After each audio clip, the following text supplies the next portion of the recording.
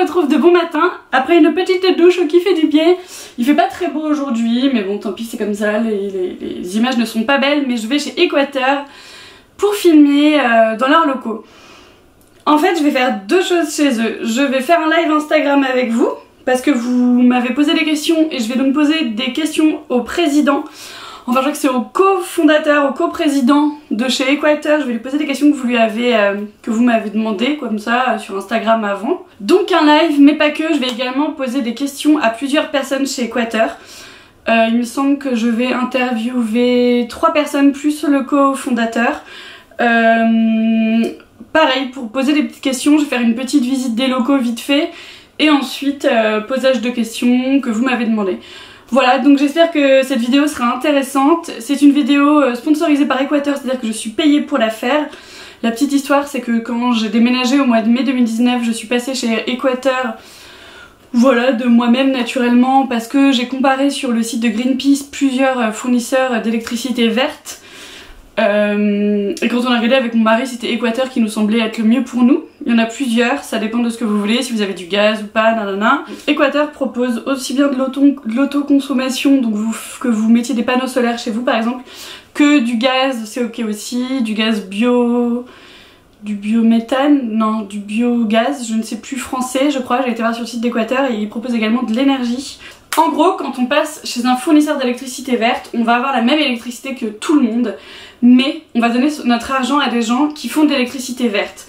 Donc, le pourcentage d'argent qu'on va donner à Équateur, ils vont le redistribuer à des fournisseurs d'électricité verte. Bref, il me semble que c'est ça. A tout à l'heure et merci d'être là.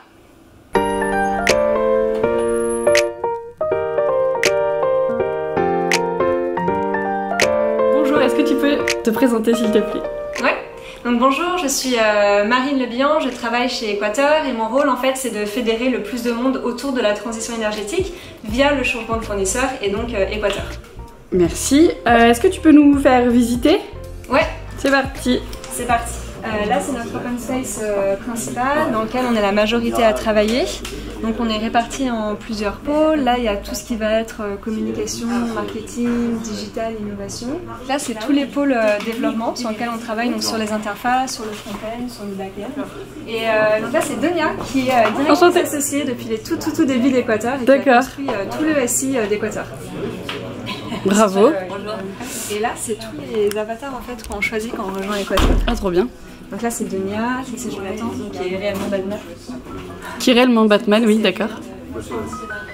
Qui n'est pas donc dans une chaise.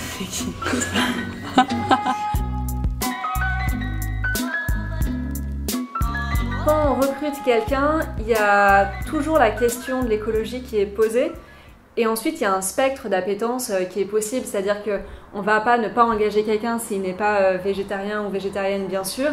Et surtout qu'il y a aussi plusieurs types d'écologie. C'est-à-dire qu'il y a des écologies très orientées scientifiques. Genre le CO2, c'est une donnée, ce qui est vrai, hein. Mais genre tout est abordé par exemple du spectre du CO2. Il y en a qui sont dans une écologie plus culturelle, plus dans le lifestyle et donc dans les plus petites habitudes, etc. Et donc on retrouve un peu pas mal de ces courants-là chez Équateur. Et c'est pas, on n'en fait pas non plus un motif de non-recrutement. C'est-à-dire qu'il y a des personnes qui sont là parce qu'elles aiment l'esprit Équateur, parce qu'on est une start-up, parce que le travail est super intéressant, que vu qu'on n'est pas une grosse boîte du CAC 40, en fait, dans nos fiches de poste, il y a une multitude de choses, c'est hyper polyvalent, il y a tout qui est à construire. Donc en fait, on peut aussi y venir parce qu'on kiffe ce qu'on fait, tout simplement. Et ensuite, au fur et à mesure, généralement, il y a quand même une appétence qui se crée. Parce qu'en interne, on en discute tout le temps de comment est-ce qu'on fait pour avancer de plus en plus dans l'écologie. Et donc on a mis en place plein de choses et à chaque fois c'était des initiatives en fait de personnes, d'individus, donc personnels, voilà, c'est ça que je veux dire. Et ensuite on en parle en groupe et on les adopte ou pas. Et donc ça a conduit à des choses mais super, c'est-à-dire que là on a réduit par exemple la consommation de plastique, je pense de au moins plus de 50%, ça c'est sûr. On a mis en place du tri, on a mis en place une politique de réduction des déchets, c'est-à-dire que maintenant tout le monde a accès à un Tupperware pour le midi, et donc quand on va chercher à manger au chinois, au japonais, à l'italien, etc., parce qu'on a eu la flemme de faire son Tupperware, et ben on peut aller dans la cuisine, on prend un Tupperware et on demande à ce qu'on nous mette le plat à l'intérieur. Et au début, par exemple, je me rappelle, on était très peu à le faire, Et de fil en aiguille, maintenant, il y a plein de monde qui le fait parce qu'on en discute et une fois qu'on comprend pourquoi on le fait, c'est tout de suite plus facile en fait d'adhérer. On organise aussi des réunions d'information un peu pour parler de l'écologie, de la situation actuelle. C'est quoi un compost par exemple? Pour la semaine du développement durable, il y avait des ateliers tous les jours sur, je ne me rappelle plus trop ce qu'il y avait, mais sur l'importance par exemple de la végétalisation des bureaux, de la ville, etc. Sur l'importance du compost et d'autres sujets. Et en fait, ça permet toujours de faire réfléchir et ensuite chacun l'adapte vraiment comme il veut, quoi.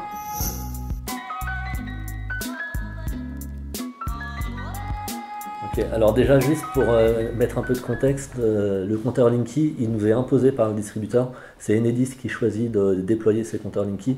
Il fait ça pour répondre à une réglementation européenne qui impose donc aux pays de l'Union d'avoir des compteurs smart, intelligents, donc qui sont capables d'émettre de la donnée et d'en collecter. Nous, pour la facturation, et la meilleure facturation des clients, c'est plutôt une bonne chose, parce qu'avant, on avait une relève tous les 6 mois. Quand on avait une relève, ça arrive que certains compteurs il y a 1% du parc en France qui n'est jamais relevé. Donc il y a des gens qui ont, tous les ans, ils ont une facture estimée, mais on ne sait pas vraiment ce qu'ils ont consommé. Et le jour où ils viennent relever, eh ben, on arrive à avoir des régularisations. On a vu, comme ça dans les journaux, vous avez vu des régularisations de plus de 100 000 euros. L'avantage, c'est que là, tous les mois, le fournisseur a une relève et ça permet de facturer correctement. Et on peut aussi aller plus loin. Si le client veut avoir des données plus fines de consommation, il peut activer une option sur l'espace client d'Équateur, par exemple, où on peut récupérer soit une relève par jour, soit carrément une relève toutes les demi-heures. Et donc ça permet comme ça de vous faire des courbes et des graphes de suivi de conso et vous visualisez concrètement au cours de la journée ce que vous consommez. Je préciserais juste, les régularisations de 100 000 euros, on n'en a encore jamais vu chez Équateur. On n'en a jamais vu. Ça fait un peu peur. Non, nous on fait quand même très attention. Je peux pas payer ça. On fait très attention à ça en fait, et nous quand on n'a pas de relevé du compteur, ça crée des alertes et le service client appelle nos clients pour leur dire est-ce que vous pouvez nous faire une auto-relevée parce que Enedis ne t'envoie pas de relevé sur votre compteur. Et on a un service client au top.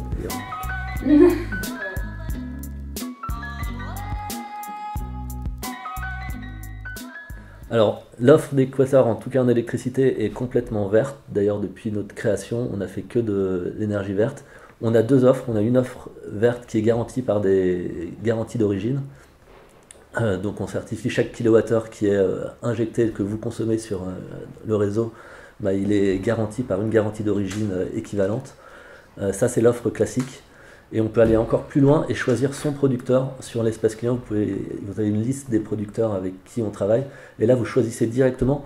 Non seulement j'ai une offre verte, mais en plus, là, j'achète mon énergie à la centrale de Tours-en-Savoie, par exemple, il y a plusieurs centrales, vous regarderez sur le site, où on peut choisir directement de financer localement un producteur.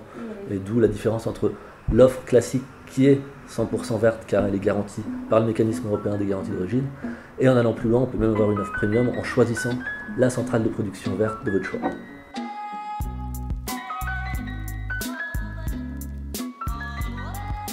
On est un des seuls fournisseurs sur le marché à proposer une offre 100% biométhane. Donc notre offre classique en gaz, c'est 5% biométhane, mais on peut choisir d'aller plus loin et de choisir de couvrir 100% de sa consommation en gaz naturel en biométhane. Le biométhane, c'est du gaz qui est produit en France. Nous, on achète notre biométhane 100% en France. Et donc comment c'est produit? C'est soit des agriculteurs qui vont utiliser des méthaniseurs pour leurs déchets de l'agriculture, le fermenter et en faire du gaz qui est ensuite enrichi et injecté sur le réseau, ou alors c'est aussi des déchetteries, on appelle ça des ISDND, qui produisent aussi du gaz. Donc nous c'est nos sources de gaz vert et on est assez fiers parce que il y a très peu d'offres biométhane en France et il faut le développer, il faut développer la filière. C'est une filière qui est jeune, qui est encore beaucoup subventionnée. Mais elle a besoin de se développer pour perdurer et qu'on arrête d'importer notre gaz.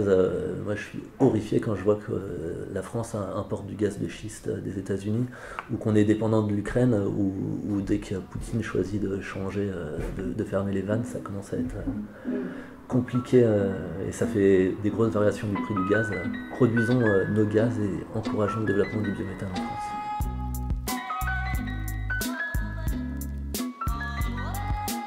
Alors l'autoconsommation, c'est le fait de produire soi-même son énergie et de la consommer sur place.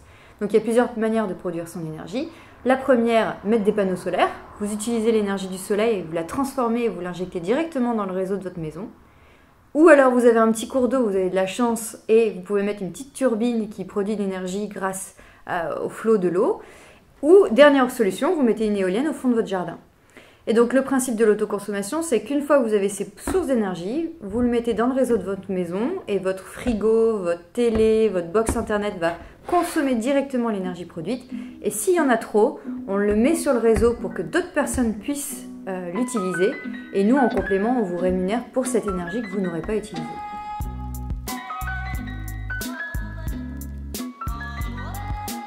Alors, chez Équateur, on a compris que passer au solaire, c'était pas forcément une étape facile.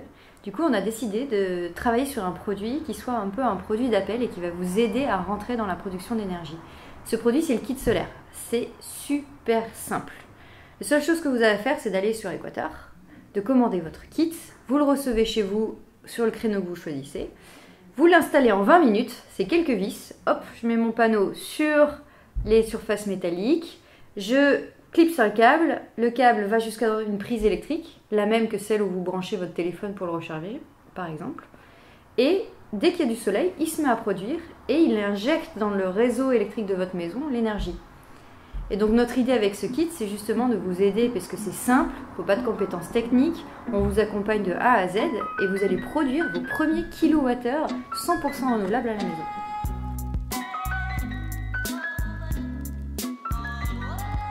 Le kit de base, ensuite, tu peux acheter plus gros. Ouais, exactement. Donc en fait, tu peux en choisir 1, 2, 3, 4 comme tu veux. Généralement, on commence par 1, c'est 650 €, c'est moins cher qu'un iPhone. Tu le commandes, tu le testes. Tu peux suivre en temps réel sur l'application la production, parce qu'on a mis une petite prise connectée que tu mets au bout. Donc tu vois la production de ton panneau, et si tu aimes, en fait, tu peux en recommander un autre, et en fait, il se branche en série. Donc le nouveau, tu le brancheras à l'autre, qui sera branché à ta prise électrique chez toi. Et en fait, tu peux faire ça à l'infini. Et au bout d'un moment, si tu veux les mettre sur ton toit, on peut organiser à faire passer un installateur et l'installer sur le toit de ta maison pour que tu aies une super installation solaire sur le toit de ta maison. Ok, super. Au lab, ce qu'on veut faire, c'est donner à nos clients tous les moyens de maîtriser leur consommation dans le foyer et justement de les réduire. Donc ça passe par la création d'une application où on va pouvoir suivre en temps réel sa consommation, mais aussi par le fait de pousser aux clients des produits adaptés à leur foyer, à leur manière de vivre, qu'ils peuvent installer dans leur maison pour réduire les consommations. Il y a des petites choses toutes simples, mettre des prises connectées, avoir des thermostats connectés, le kit solaire, on en parlait aussi pour produire son énergie. Voilà, notre idée c'est d'améliorer au global le foyer du client et de nouer tous ces partenariats avec les personnes qui ont des propositions et des services de valeur et de les proposer aux clients Équateur. Possible futur inexorable même, je pense, pour pas mal de raisons. Alors si on parle d'abord de l'électricité, c'est un scénario qui a été démontré comme étant possible par l'ADEME, par des associations comme Negawatt et aussi par des grands producteurs, fournisseurs historiques comme Engie qui ont fait des calculs, qui ont fait des analyses, qui ont fait même des tests et des proof of concept et c'est possible. Ça implique un changement dans la façon de penser l'électricité. Hein. Les tenants du système centralisé disent que c'est impossible parce que on ne peut pas piloter complètement les modes de production renouvelables. La grosse différence entre maintenant et les années 70-80, quand on est parti sur de l'électricité centralisée, tout nucléaire en France ou tout charbon ailleurs, c'est qu'on ne pouvait pas contrôler non plus la consommation. Maintenant, on peut jouer sur les deux. Les réseaux de communication sont bien plus efficaces qu'avant. Donc on peut tout à fait dire à un chauffage, éteins-toi pendant un quart d'heure, c'est pas le moment, tu te rallumeras après. Et le particulier qui a son chauffage qui s'est éteint ou son chauffe-eau pendant un quart d'heure, il ne verra pas la différence. Ça s'appelle la maîtrise de la demande. Les smart grids, si on veut être un peu hype. En tous les cas, c'est ça qui va permettre d'un côté l'équilibre offre-demande. Deuxièmement, on a une réalité, c'est qu'aujourd'hui, produire de l'électricité avec des moyens renouvelables, c'est 2 à 3 fois moins cher que produire de l'électricité avec d'autres moyens. Alors pour être précis, puisqu'il y a toujours des gens qui vont contredire ça, c'est-à-dire qu'aujourd'hui produire de l'électricité avec des moyens existants qui ont été construits il y a longtemps et qui sont amortis n'est pas cher. Par contre, produire de l'électricité avec des nouveaux moyens, si vous produisez avec du solaire, vous allez avoir en France un prix moyen autour de 50 € le mégawattheure, alors que par exemple l'EPR est annoncé, et encore ils n'ont pas encore réussi à le faire, à 120 €. Et le gaz c'est un peu plus cher aussi, et le charbon c'est encore plus cher. Donc aujourd'hui l'éolien et le solaire sont les moyens de produire de l'énergie les moins chers qui existent. Donc de toute façon, même si ce n'est pas par conviction écologiste, les industriels vont s'engouffrer là-dessus. Il reste quand même un problème de stockage, c'est-à-dire qu'on peut contrôler la demande avec les smart grids, on peut produire pas cher, on a un problème de stockage, on peut quand même imaginer que la nuit, s'il n'y a pas de vent, c'est plus compliqué. Ça, c'est le dernier point qui restera à résoudre. Il y a beaucoup d'investissements, enfin j'aurais aimé qu'il y en ait plus, mais il y a beaucoup de gens qui réfléchissent là-dessus. Il y a des premières idées que j'ai vues dans des documents qui me paraissent intelligentes et qui ne sont pas nécessairement génératrices de déchets. Il y a d'autres moyens qui ont été trouvés et donc je suis à peu près sûr qu'au niveau électricité, ça va aller.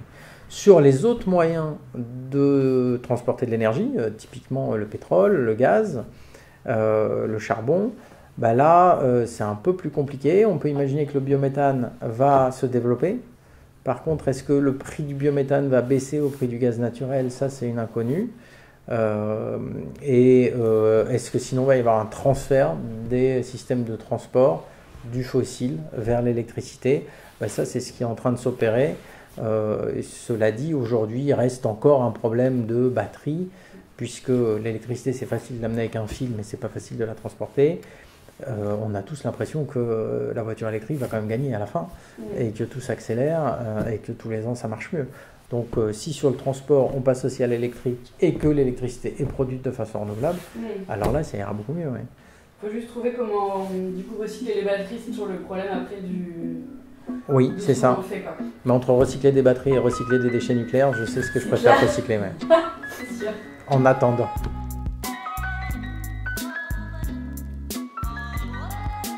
Selon moi, c'est pas la justice qui sauvera le monde, c'est l'amour. Et donc il faut aimer ces bateaux, mais ça marche. Nous, on aime nos clients. Ça crée une relation, ça les pousse à nous faire confiance. Nous, on s'efforce de leur trouver les meilleures solutions. Et à l'échelle d'Équateur, sur le métier sur lequel on est, on ne peut pas faire tous les combats. Ça fait avancer les choses. Et puis même sur votre t-shirt, il y a marqué l'amour aussi, et les petits pois. Et je suis d'accord, l'amour et les petits pois, c'est très bien.